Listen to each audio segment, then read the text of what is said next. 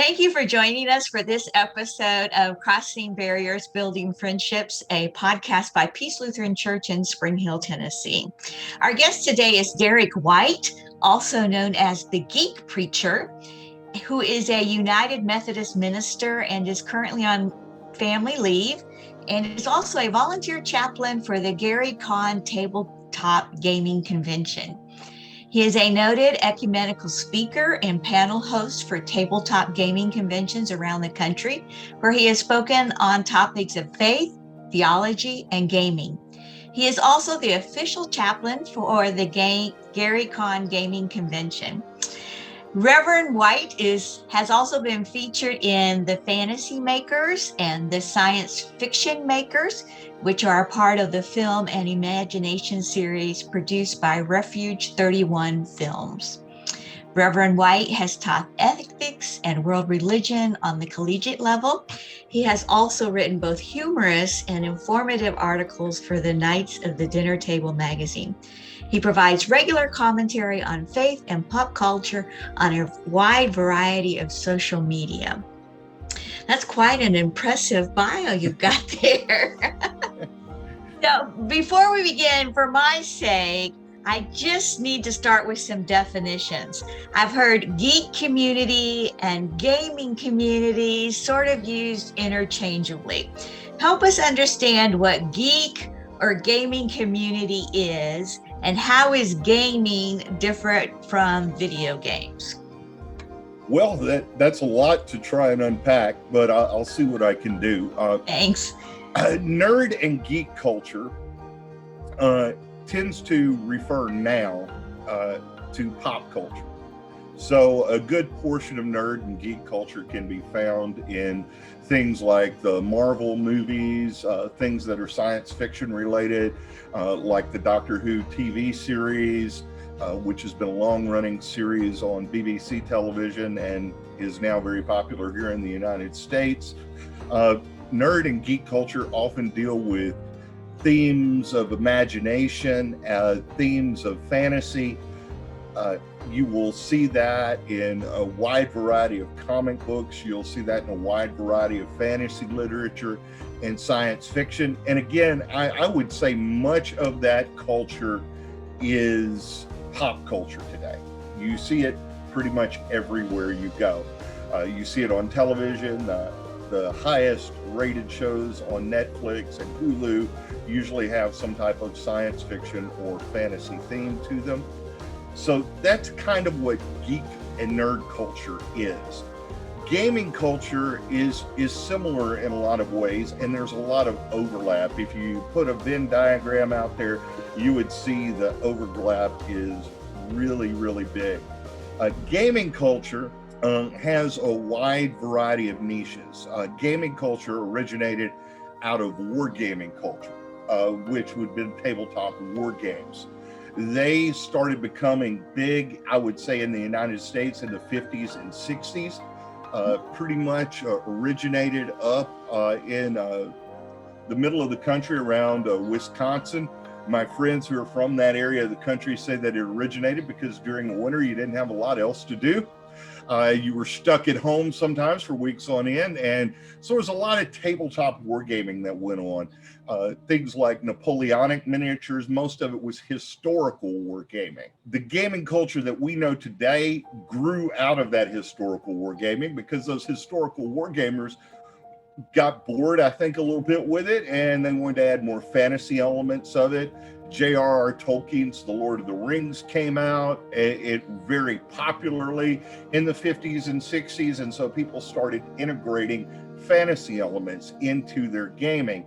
And I think that's where a great deal of the overlap began. So gaming culture is pretty much people who, as it started in the 60s and 70s, started picking up a lot of steam. I would say that a great deal of that influenced much of what we see today. It was a lot of tabletop gaming, and much of that tabletop gaming influenced the development of video games. So a lot of your people who play video games today designed many of those video games based off of what they were learning in tabletop wargaming. They began porting over a number of those ideas. They began porting over a number of those things. So when you see a war game on a video game, much of that originated with tabletop role-playing games. A lot of the younger video gamers today, those in their teens and their 20s and some even in their 30s, don't know a lot about the historical roots of video game culture. But many of the early designers for tabletop games influenced much of the video games, and quite a few of them became video game developers. So I would say that's probably where the biggest connection comes in. Well, thanks for unpacking that, because I really thought the gaming community and video games was kind of one and the same. I didn't realize that when we talk about gaming community that you're playing games on a tabletop. So how did you personally get into gaming? Well, if you just think about playing games, I started out playing games with my family just as a little kid, playing Go Fish. That's a game. It's a tabletop game. We learned how to play spades. My parents taught me how to play spades and how to play hearts. We played traditional board games like Monopoly and other things like that. But the more modern, what we tend to refer to as the more modern games, I got into in my teens with tabletop role-playing games such as Dungeons and Dragons. Dungeons and Dragons started out as a tabletop game in 1974. Was invented by Gary Gygax and Dave Arneson. And they, in fact, we're recording this on Gary Gygax Day today. Gary Gygax, the co-creator of Dungeons and Dragons, would have been 83 years old today. Wow. And so a number of gamers celebrate his contributions to the hobby. I got into tabletop role-playing games, which opened up a number of other games around 1983. I saw some guys playing the game at school during recess. They would play this game in about 30 to 40 minute intervals when they had free time between classes. And I saw the dragons on the cover, all of these fantasy elements I already loved because I'd already read The Hobbit. I already read a lot of fantasy and science fiction. And when I came across one of the books, I begged and pleaded with a family member to buy it for me, and she did, which is a long story in and of itself. And I read through that book, and as soon as I read through the book, it was like I paid the entry fee to the group at school, because now I had a book, so I was in the club, so to speak, and I began to play Dungeons and Dragons. So I've been gaming all my life, and I would say that most people who have ever played any type of family game are a gamer. Gamers are a wide range of people that range from traditional games to tabletop role-playing games to video games. There's just a wide range of gaming. And how, what's the biggest barrier or misunderstanding non-gaming people have about those who are in the gaming community? One of the stereotypes I've sought to kind of destroy is that gamers are just people that this is all they do with their life. They have no other life outside of their gaming. And that's just not true. I have friends who are lifelong gamers. This is their hobby that they love, and they're doctors, they're lawyers, they're plumbers, they're electricians. They come from all walks of life. That's another misconception. People tend to stereotype gamers into certain categories, and I have met gamers who have doctorates, and I have met gamers who only have a high school diploma, and I've seen them play at the same tables. So one of the biggest stereotypes I think that to combat is that's all you do with your life. Whereas I look at tabletop gaming just like any other hobby. It's like golf. If you love to play golf, that's your hobby, and you will spend time doing that hobby, but you'll also spend time with your family. Many gamers are professionals. Many gamers work in a wide variety of industries. And I don't think people get the gamut of how broad and how big the gaming community truly is. You're a minister and you love to be a part of the gaming community.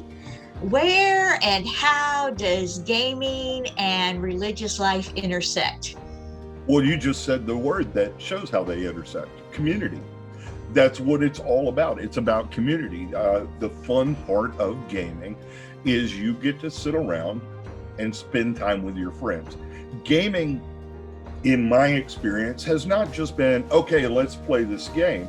I'll give you a great example. On my birthday, we've all been going through this worldwide pandemic. Even when everybody's doing everything right, we still have this fear that has influenced us and infected us over the past year and a half, almost 2 years now. So we need this community. So for my birthday this year, what we did is I talked to some friends who live here locally in our area, and I said, I want to do something really big. Last year I had big plans for my birthday.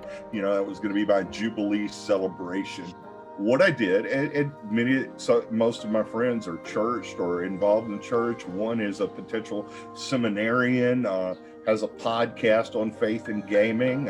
Another is very active in his church. And these are people I know from a wide variety of Christian denominations, Christian backgrounds. I said, can you guys come over for my birthday? And we came over and we played a game for about 6 to 8 hours. Now, did we just play a game for 6 to 8 hours? No. We ate, we had drinks, we had food, we talked, we caught up with one another. I got to introduce friends who did not know each other to each other. They finally got to meet in person. And that's where the word religion comes from. Religion means to bind people together, to bring them together. It often has a negative context in our culture, and rightfully so many times, but at its core, if you look at the word religion, religio means to bind together, to bring people together. And that's what occurs in these moments of tabletop gaming or at the church. I tell people it is all about the table. You and I both come from very sacramental traditions. We in the United Methodists and in the Lutheran Church were very sacramental. And I tell people, you are welcome at my table. Whether it's the gaming table, whether it's the dinner table, we're in the South, so it's the dinner table, or whether it's the Lord's table. All my tables are open. And so for me, ultimately, it's about creating a welcoming table for everyone to feast on fun, food, and friendship. Love that. Now, you are the official volunteer chaplain for the Gary Con Gaming Convention. So what does a volunteer chaplain do? Well, first of all, let me share with you a little bit about what Gary Con is. Gary Con Gary Con is a tabletop gaming convention in Lake Geneva, Wisconsin. It's held every year annually in honor of the co-creator of Dungeons and Dragons, Gary Gygax. It began as an outgrowth of Gary's children.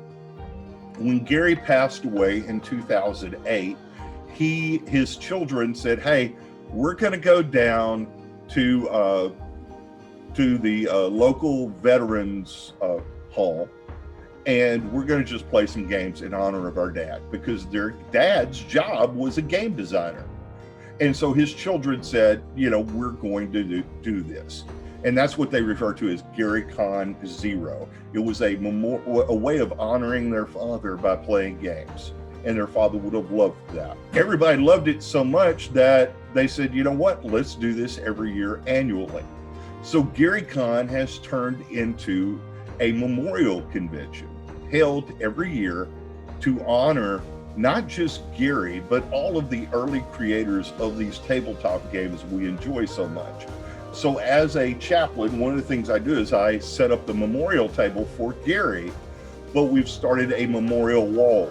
And so gamers can come up and put up the names of people who have passed away, their friends who have passed away. And so I give them a space to write the names of their loved ones, people they used to play games with that they're no longer able to play games with because they're no longer with us. We also acknowledge, as chaplain, as part of my job, to make sure we acknowledge other game designers, because, you know, this hobby now, especially tabletop role-playing games, started officially in 1974.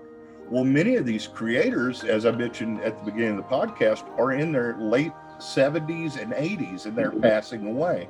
So on the memorial, we honor them. So that's part of what I do there.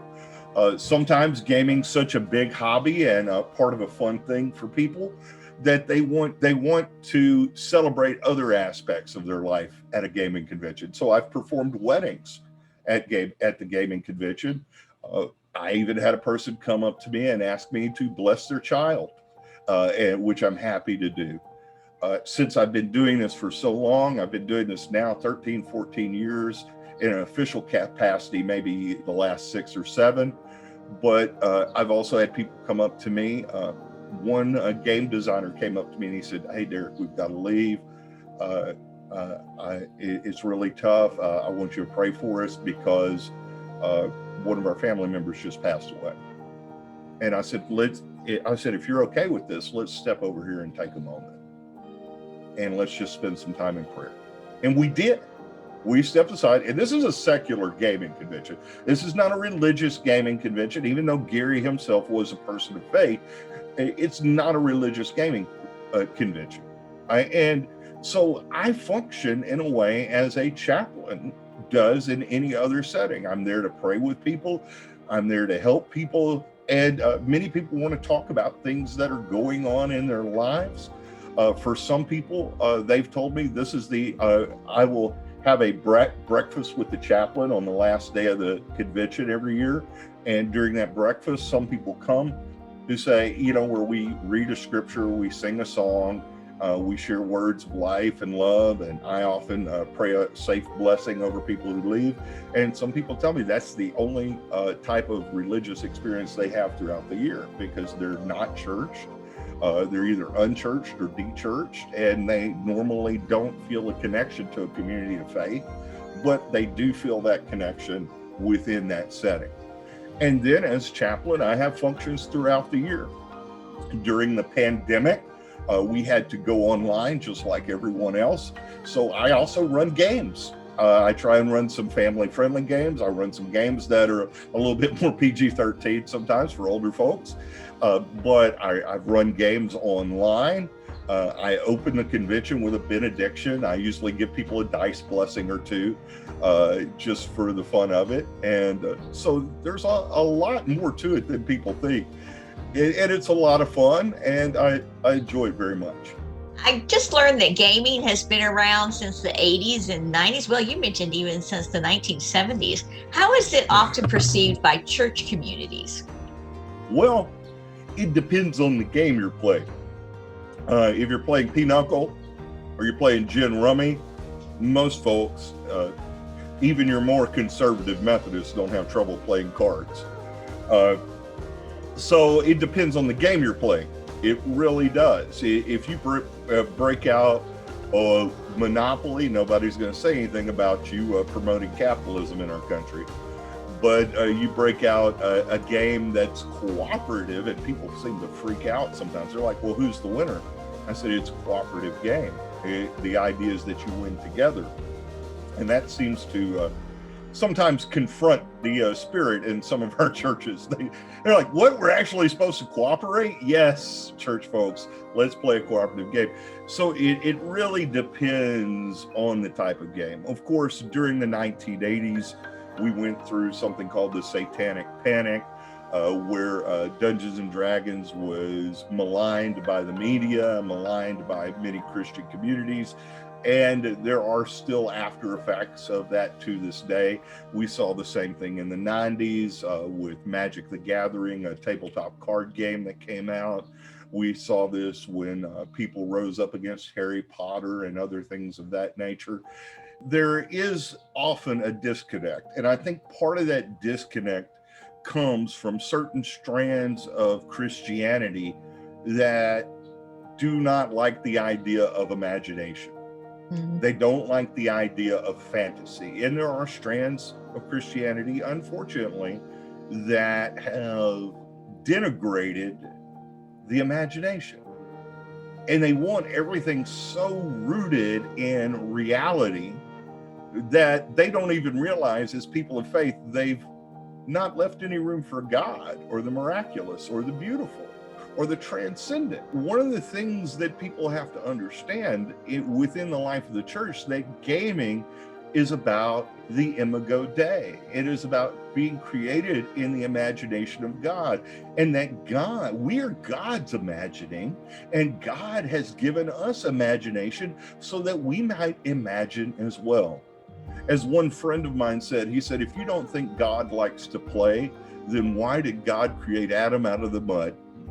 Because God was playing with the Spirit, which is the water, and he was playing in the mud when God created Adam. I want the church to hear that gaming is about holy play.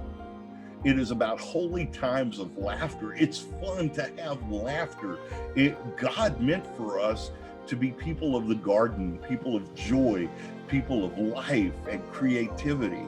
And unfortunately, those strands of Christianity that are out there do away with the imagination, and they say that that's not good. And that's one of the reasons I took part in the Fantasy Makers documentary.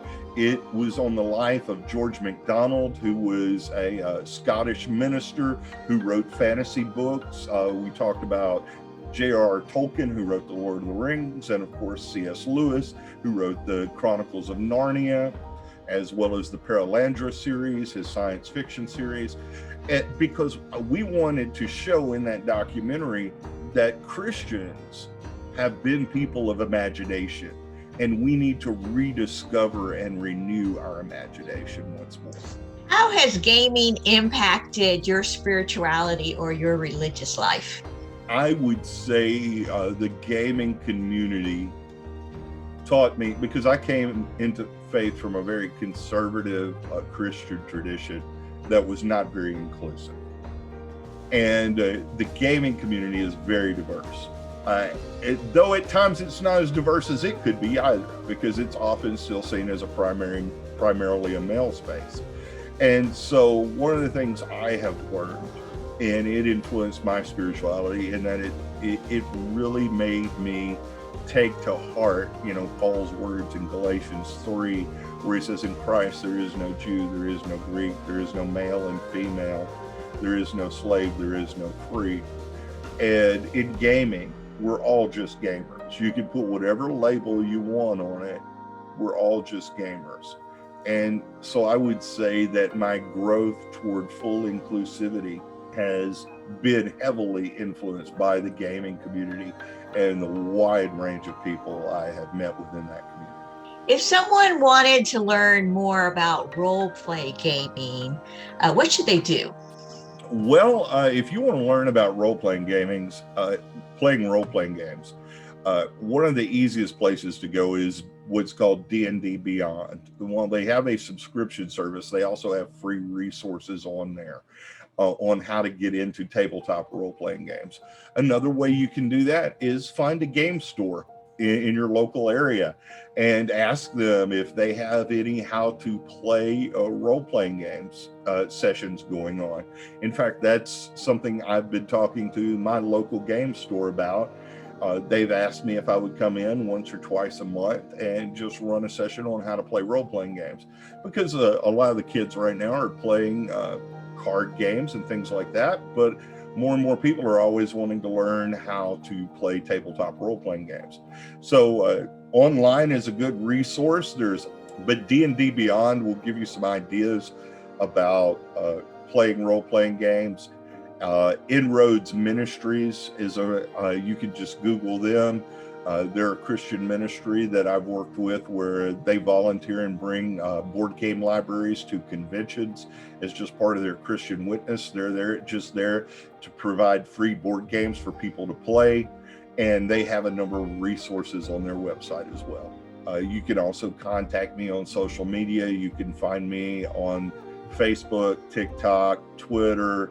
Just look for the Geek Preacher and you will find my information, and I can steer people to those resources. So to sum things up, what is the single most important thing you want those listening to understand? Gaming is about having fun, building friendships, and within that, you will find that your spiritual life grows as other people begin to pour out love upon you, and you begin to pour out love upon them. Thank you, Derek White, for being with us, also known as the Geek Preacher, and for enlightening us about what tabletop role-playing is. I think I misunderstood that a lot. And so just thanks for explaining that and being with us today. Glad to help.